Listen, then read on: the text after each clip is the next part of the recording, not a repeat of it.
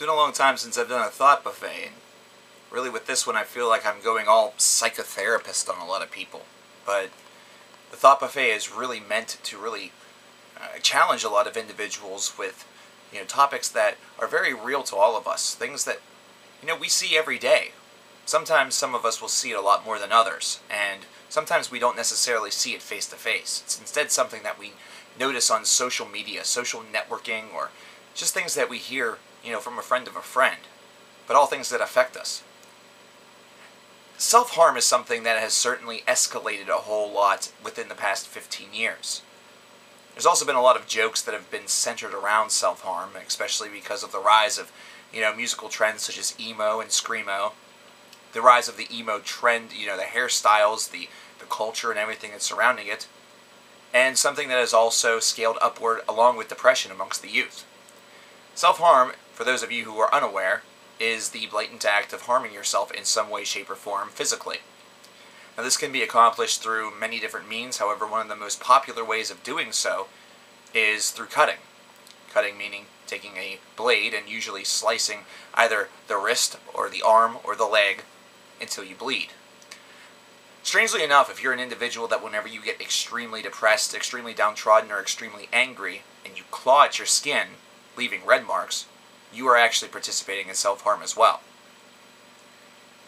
Now, why does cutting and why does self-harm, something that really, whenever you consider it from a definition standpoint, seems so serious, get such a bad rap? Why is this something that really is taken, not very seriously to the point of it being a joking point? It's definitely something that has happened here within the past couple of years, and certainly something that I see no signs of dying down here in 2014. The reason for this is because there are a lot of individuals, I feel, that do this for all of the wrong reasons. There are individuals that do this principally for attention, principally to try to get their way, and we're going to discuss a couple of these things. But first off, we need to get into some technical aspects. Firstly, this is a problem that is not always easy to diagnose. It's not always very easy to really spot somebody who self-harms, although there are a couple of things that may illuminate the fact a little bit. If you notice somebody that wears long sleeves in summer months, either that or somebody that really goes above and beyond the call of duty in order to really hide all of their skin, then there's a possibility that they may be a self-harmer. It's not a guarantee. Some people are just naturally always cold. I know people that are like that. However, it is something where you might be able to make a case. How you really approach talking with them about it is another story, something that I probably couldn't even tell you, principally because I don't know how I would bring it up. It's kind of a serious topic. Another way that you can definitely tell is if you see track marks. Now, track marks usually are associated with drug use, especially heroin. However, the track marks that you're looking for now are going to be longer strands of skin that have bubbled up after the skin has been cut multiple times, and usually you can see them up and down people's arms and legs. Now, one of the main reasons why people do this as a coping mechanism is because of the endorphin release. This is something that science has proven, and also something that kind of makes this kind of scary. Whenever you cut, you actually release a ton of endorphins. You flood endorphins from your brain to the rest of your body that actually destroys the pain sensor. It's something that actually transmits all of the pain into a more pleasurable sensation. It's very similar to somebody who takes narcotics or drugs that are designed to be uppers. It's a way in which your brain's being tricked into believing that it's no longer in pain. For example, if I have knee pain, which I do, and I take a narcotic, all that's really happening is that my brain is being flooded with endorphins that are leading me to believe that my knee is no longer hurting. My knee's not actually getting better, and really it may never ever get better. But whenever you're on a narcotic or a drug of that nature, well, there you go. All of the pain feels like it's away, even though it's temporary. Cutting is the same way. That flood of endorphins actually causes the brain to trick itself into thinking that all of the mental problems, all of the depression, all of the different things that are plaguing an individual are leaving. It's actually something that promotes a sense of euphoria. And because of this, it actually is something that can become quite the addiction. There have been some false studies that have said that cutting just once actually releases enough endorphins to be equal to 5 milligrams of heroin. Well, that's a little bit high. In fact, it's a little bit ridiculous or crazy. 5 milligrams of heroin would kill these people. It's definitely something to think about. Principally because it is doing something to, promote a little bit of a better sense of well-being. And if they're very, very depressed, severely depressed, That means they're going to want to cut more often. That way they can get that, little twinge of a high. Similar to somebody who feels that they need to have a little bit of heroin or a little bit of a drug in order to take the edge off whenever they start to come down. It's a natural cycle of an addictive nature. Now, why is this becoming a problem? Why do I have to speak about this in a negative light? For those of you who are out there who suffer from severe depression and do cut and actually have, documented help, you're perhaps attending some psychotherapy classes, either that or you are seeing a psychologist, a counselor, a psychotherapist, perhaps you're on some medication. You have documented cases to actually prove that you suffer from, a very, very bad mental, either that or psychological illness. This isn't directed towards you. So if you're watching this, please don't take this the wrong way. The people who I'm speaking directly to are those who actually do this just for attention.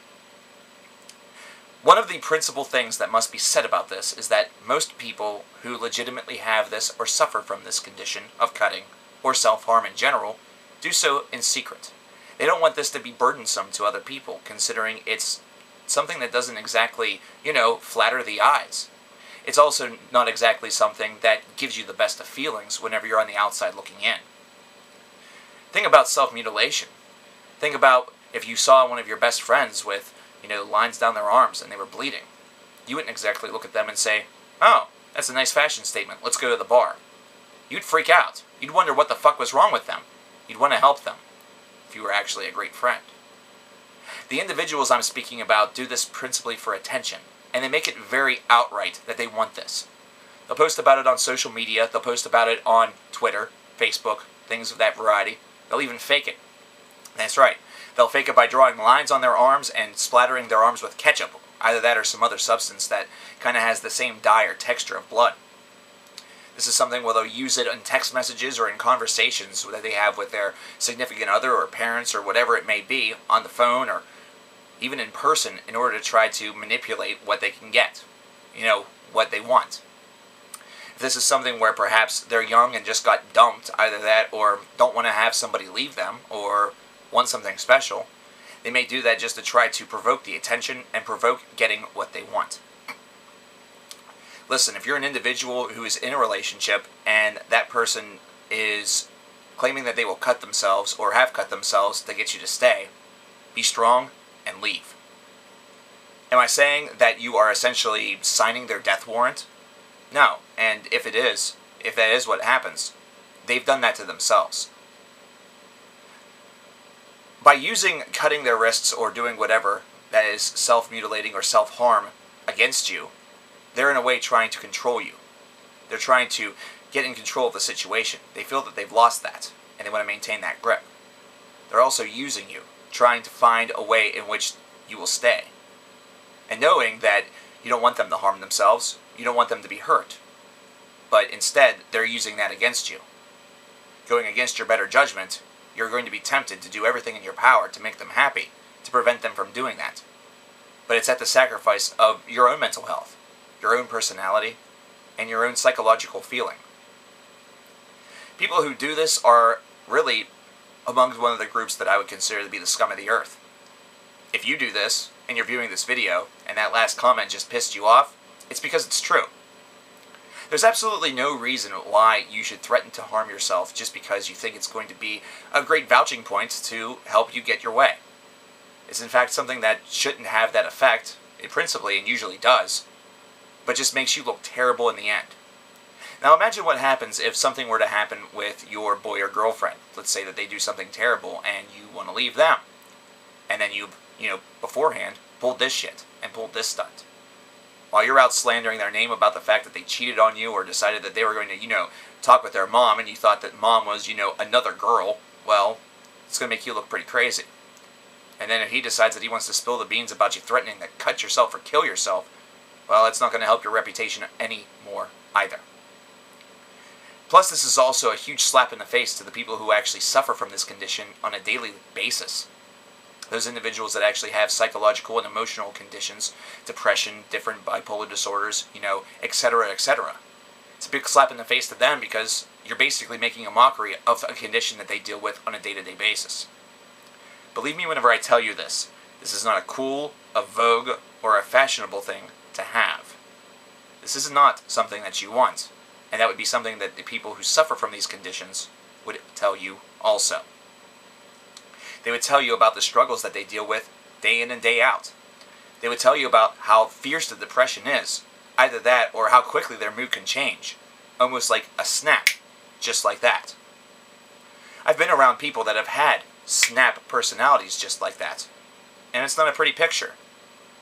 You could be having a great conversation, and a couple of minutes later, it would seem like they're just tailing off of conversation while you keep going, and you're wondering why they're not responding like they just were. It's because, snap, they're entering that depressive cycle. This is something that moves in waves, and sometimes comes without warning. It's very serious, and it's something that's very uncontrollable, and it's something where perhaps a little bit of help or the right medication isn't enough. There's also a lot of self-control that needs to take place, and a lot of times whenever people clam up like that, it's usually because they're going through one of those snaps, and they're doing what they can, doing their due diligence in order to work through it. That way they don't lash out. You're basically insulting and mocking all of these people by faking it just to get your way, because that's a stupid thing to do in the first place.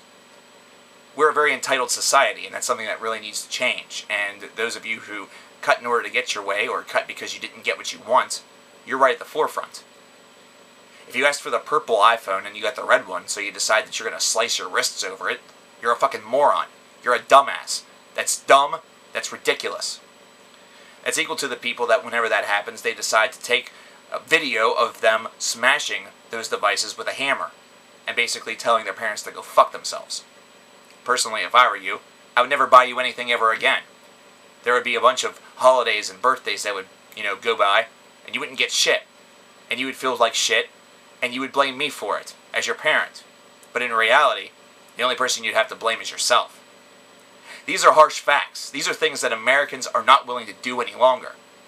And this is something that is really rooted in the fact that all of this whining, all of this bitching, all of this inability to cope, to the point where you're actually using self-harm as a mechanism, and really making a mockery of the people that actually suffer from this condition, and suffer long and hard.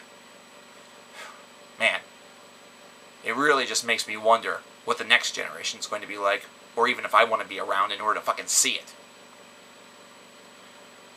For those of you who suffer from this condition, for those of you who do self-harm, for those of you who have deep psychological, emotional issues, anything of that variety, I hope that you have some great support mechanisms.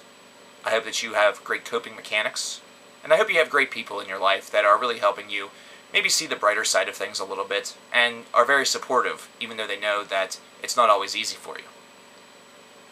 If you're somebody that deals with this and needs somebody to talk to, I am available. This is something where I can easily be found either on my Facebook page, either that, or on my Twitter account. Feel free. However, if you're a faker, if you're somebody who just does this because you're pissed off, either that or because, you don't know what you're going to do, you got a C on your report card, your parents are going to kill you, and then they yell at you for about 5 seconds, and you decide you want to die, well, feel free not to message me. Feel free not to talk to me. I'm a very selective individual whenever it comes to the people that I wish to actually help. I like to help those that genuinely need it, as opposed to those who are just faking it to get the attention, and to really put the spotlight on themselves, when in reality, they should be thinking a little bit more about how they treat other people. Self-harm is something that, as I said at the beginning of this video, has been scaling upward along with depression amongst the youth of America, and it's something that's been trending upward ever since the first part of the 2000s. I can't say that I have the solution to this. I can't say that I know exactly what's going to cause the grand turnaround that's going to cause perhaps our society to become a little bit more of a sunny people. But it is kind of ironic that this has started to happen after the events of September 11th or of Columbine, or the ways in which all of our paranoia has started to come out here in America, and all of our anger. But more so frightening is definitely the fact that it's come out as we've gotten along this very large patriotic and entitlement kick. Maybe we'll talk about patriotism in the next Thought Buffet. Maybe I'll scorn entitlement. Who knows? In fact, who knows whenever the next Thought Buffet will even be. But I hope that you'll join me then, just as you've joined me now. And I hope all of you have a great night.